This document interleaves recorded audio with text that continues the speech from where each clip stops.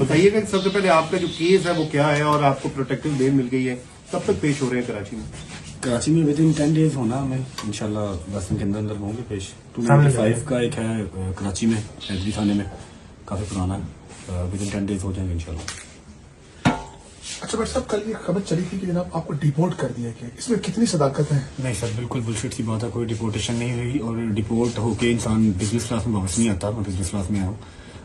میرا ویزا ضرور کینسل ہوا کیونکہ ان کو یہاں سے کچھ ہوم آفس کو یو کے بوسٹری کے چیزوں کو لے کے ہوم آفس میں ریکویسٹ کی ہے کہ اس پہ 295 کا کیس ہے پہ اور بھی بلاسفیمی کے کیسز ہیں، جس کی وجہ سے انہوں نے میرا ویزا کینسل کر دیا. میرا سال کا ویزا تھا، بٹ میرے جو وہاں کے سالیسیٹر ہیں، جو میرے لائر وہاں کے ہیں یو کے، انہوں نے ایڈمنسٹریٹر جو ہے نا وہ ریویو کو چیلنج کر دیا ہوا ہے.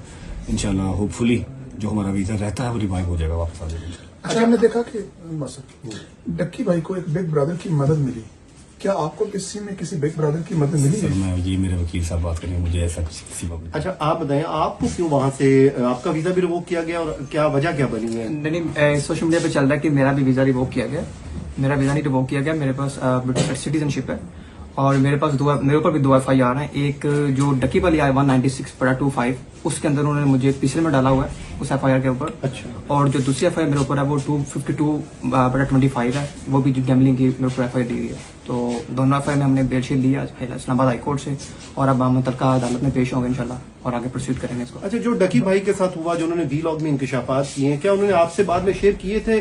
کیا یہ آپ کو لگتا ہے کہ یہ کیا ہوا کیا ہے؟ میں جب ڈکی سے ملنے گیا تھا تو ہماری زیادہ باتیں نہیں ہوئی، بس جو باتیں ہوئیں وہ میں نے سوشل میڈیا پہ بتا دی تھیں کہ جو کچھ چلا ہے، اور بس باقی کچھ چیزیں ہیں وہ انشاءاللہ وقت جب آئے گا تو بتائیں گے. اس ٹائم آپ کو بھی نوٹس آئے تھے، سمن وغیرہ؟ نہیں، مجھے نوٹس نہیں آیا. میں جب اس کو ملنے گیا تھا تو مجھے انہوں نے ڈیٹین کر لیا وہیں پہ اور میرے دونوں فون بھی لے لیے اور مجھ سے زبردستی انہوں نے سائن بھی کروائے، مجھے گانے شانے بھی دی انہوں نے. لیکن کوئی نہیں، باقی اپنا بعد میں میرے وکیل ساتھ تھے، ہمیں چھوڑ دیا گیا اور اس کے بعد ہم وہاں سے چلے گئے. اچھا بٹ صاحب یہ بتائیے گا، جیسے آپ کہہ رہے ہیں کہ ہمارا ویزا ریوائز ہو جائے گا، تو آپ کو امید ہے کہ آپ واپس پھر جا سکتے ہیں یا پھر وہی ہے ECL وغیرہ میں؟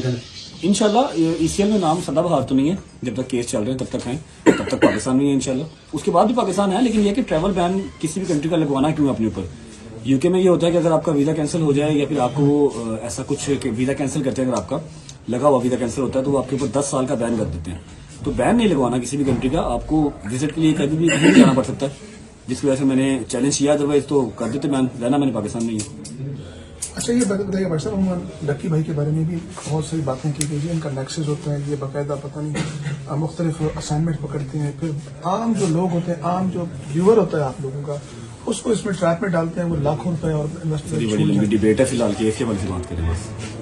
آپ کے اوپر جو FIRs ہیں ان پہ آپ نے لکھا کہ پٹیشن ہے اس میں کہ فالس ہیں، میلافیڈی ہے، تو کیا کیس کیا ہے، تھوڑا اس کے حوالے سے بتائیں گے. وکیل صاحب بات کریں گے، ایک نہیں ہے وہ وکیل صاحب کی اس بارے میں بات کریں گے. میں ابھی کوئی جیسی غلط بات کرنا نہیں چاہ رہا.